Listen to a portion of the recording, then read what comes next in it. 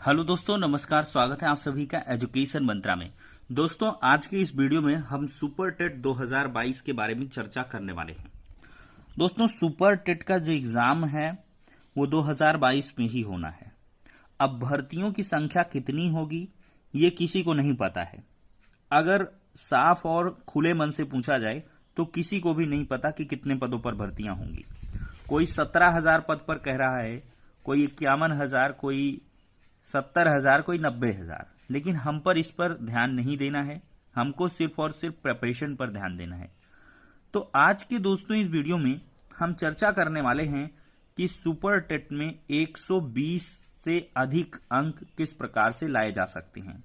बहुत ही आसान है, बस अब समय आपका स्टार्ट हो गया है।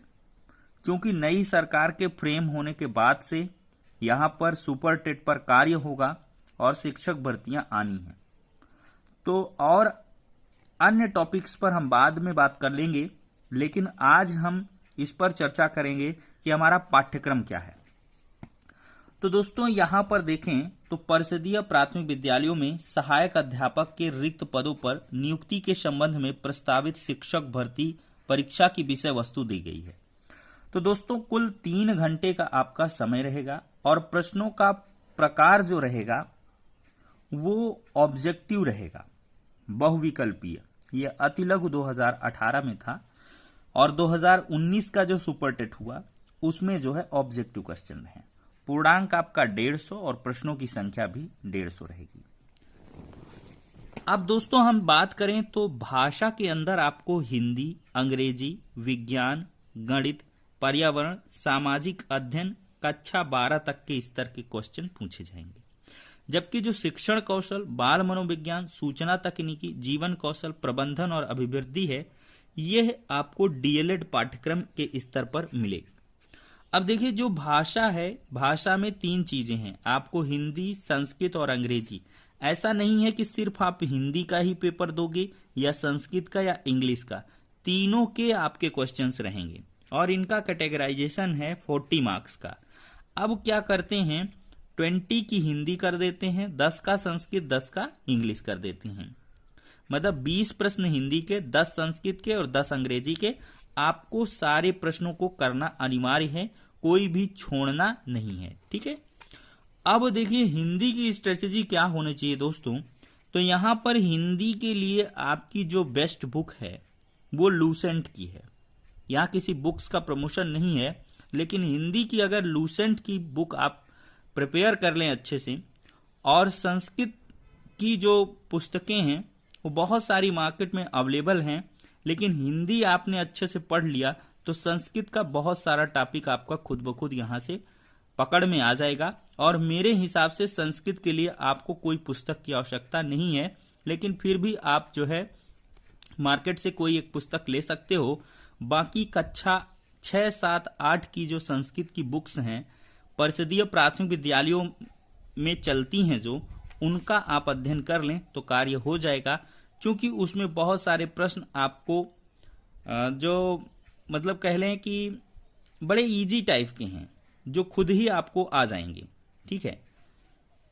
रूप है, इस प्रकार के बहुत सारे प्रश्न मिल जाते हैं, तो ये सब कर लेंगे। अंग्रेजी में भी आपको बहुत ही बृहद स्तर की तैयारी नहीं करनी है। पार्ट्स ऑफ स्पीच आप देख लें और फिर इसके बाद एक पैसेज, बस कॉम्प्रिहेंशन के कुछ क्वेश्चन आएंगे और आप इजीली कर ले पाओगे। ठीक है। मेन आप हिंदी में फोकस करें 20 मार्क्स का। अगर आप यहां से 5 मार्क्स भी ले आ रहे हैं तो पर्याप्त है। मेन जो खेल शुरू होता है वो यहां से है, साइंस एंड मैथ्स का। देखिए मैथ्स के आपको 20 क्वेश्चन मिलेंगे और साइंस के 10। तो ये 30 में से अगर 25 प्लस आप ले गए तो आपका यहां से सिलेक्शन का जो रेशियो है वो बढ़ जाएगा।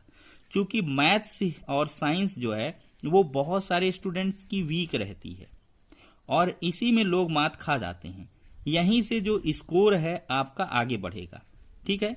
तो इसको आप बेहतरीन ढंग से तैयार करें। और देखिए इसमें जो भी पाठ्यक्रम है बहुत व्यापक नहीं है। अंकीय क्षमता, गणितीय संक्रियाएं, दशमलव स्थानीय मान, भिन्न, ब्याज, लाभ हानि प्रतिशत, विभाज्य, गुणनखंड, एकिक नियम, सामान्य बीजगणित, क्षेत्रफल, औसत आयतन, अनुपात, सर्वसमीका, सामान्य ज्यामिति और सामान्य सांख्यिकी। इस प्रकार के प्रश्न मिलेंगे आपको। और पर्यावरण और सामाजिक अध्ययन, इसमें से पृथ्वी की संरचना, नदियां, पर्वत, इस प्रकार से मैं आपको कहूंगा 6, 7 और 8 की आप SCERT की बुक्स को पढ़ लें और NCERT की बुक्स को पढ़ लें, आपका काम हो जाएगा। अब शिक्षण कौशल की अगर हम बात करें तो इसमें शिक्षण की विधियां, कौशल, शिक्षण अधिगम के सिद्धांत, वर्तमान भारतीय समाज, ये सब चीजें आती हैं। तो आपने अगर DLED या BEd में अच्छी प्रिपरेशन करी है, बेहतरीन तरीके से DLED या BEd की पुस्तकों को पढ़ा है, तो आपका यहां से ये जो शिक्षण मनोविज्ञान है, शिक्षण कौशल है, ये बाल मनोविज्ञान, ये सब आराम से 20 में से आप 15 मार्क्स ले आओगे। अब सामान्य हिंदी या समसामयिक घटनाएं, इस पर हम अगर चर्चा करें तो दोस्तों ये करंट अफेयर्स आपका 30 मार्क्स का है। और जो भी करंट अफेयर्स यहां से आएगा वो अंतर्राष्ट्रीय, राष्ट्रीय, मतलब जो इंडियन करंट अफेयर है वो ज्यादा पूछता है, और राष्ट्रीय, अंतर्राष्ट्रीय जो बहुत ही महत्वपूर्ण घटनाएं होंगी, जैसे रसिया यूक्रेन का युद्ध हो गया, इससे एक प्रश्न ले सकता है। बाकी आपको बहुत अंदर से यहाँ पर करंट अफेयर्स नहीं आएगा। तो ये भी आप बहुत बेहतरीन चीजों को पढ़ लें तो आपके 25 आराम से आ सकते हैं। मतलब ऐसी चीजें होंगी जो प्रचलित होंगी, जैसे उत्तर प्रदेश में विधानसभा चुनाव हाल ही में खत्म हुए, वहीं से क्वेश्चन उठा लेगा। और ये रीजनिंग आपको पढ़ने की आवश्यकता ही नहीं है, क्योंकि रीजनिंग 5 अंक की है और काफी सिंपल सी आएगी, आपका आराम से यहां से हो जाएगा। और यहां पर सूचना तकनीकी के अंतर्गत आपको कंप्यूटर और साथ ही साथ ICT के बारे में थोड़ी सी जानकारी होनी चाहिए, उससे संबंधित क्वेश्चन आते हैं। लेकिन ये जो टॉपिक है ये बहुत लोगों को क्लियर नहीं रहता है, जीवन कौशल प्रबंधन और अभिवृत्ति। देखिए, ये मूल्य, दंड, पुरस्कार, सुविधा प्रदाता, अनुश्रवणकर्ता, नेतृत्वकर्ता, मार्गदर्शक, परामर्शदाता, इस प्रकार के कुछ टॉपिक हैं और इन पर आपको नोट्स जो है वो प्रोवाइड करेंगे। अगर आप हमारे चैनल पर जाएंगे तो आपको जो है प्लेलिस्ट सेक्शन में वीडियो मिल जाएंगे जीवन कौशल और प्रबंधन के, उनको आप वहां से पढ़ लें, आपके 10 में से 8 मार्क्स आराम से आ जाएंगे। तो दोस्तों ये पूरी स्ट्रेटजी हो गई।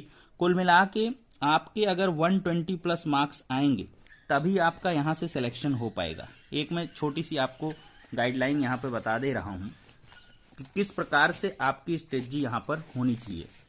तो दोस्तों यहां पर जैसे हम बात करें तो ये बताना चाहेंगे, थोड़ा सा मैं, तो यहां पर दोस्तों मैं बताना चाह रहा था कि जो आपकी मेरिट फाइनली बनेगी वो सुपर टेट और एकेडमिक के एडअप करके बनेगी। तो 60% आपका सुपर टेट से लेंगे और 40% ये एकेडमिक से लेंगे। तो आप सुपर टेट का महत्व तो देखिए कितना कम है या ज्यादा है। तो 120 अंक अगर आपने पाए हैं सुपर टेट में और आपकी एकेडमिक 20 है, तो आपका टोटल गुणांक जो बनेगा वो 73 बनेगा। अगर आपने सुपर टेट में 110 नंबर पाए हैं और एकेडमिक आपकी 25 है, तो आपका जो गुणांक है वो 74 बनेगा।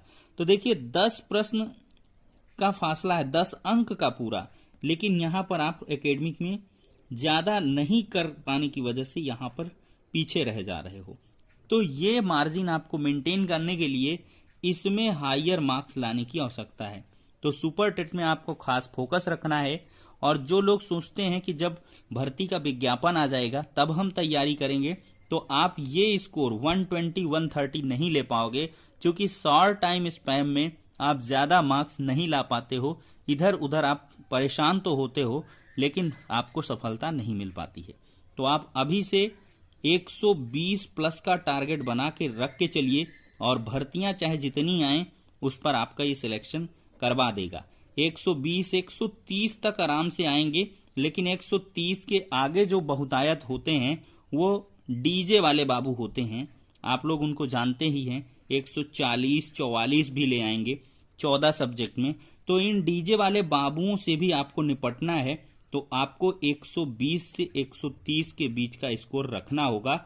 और आपकी एकेडमिक यहाँ पर 25 प्लस जरूर होनी चाहिए। तो 25 प्लस और 120 से 130 के बीच मार्क्स, तो आपका सरकारी मास्टर बनना तय है। तो फिलहाल के लिए दोस्तों हम जो स्टडी कंटेंट हैं उसको अब कंटिन्यू रखने वाले हैं।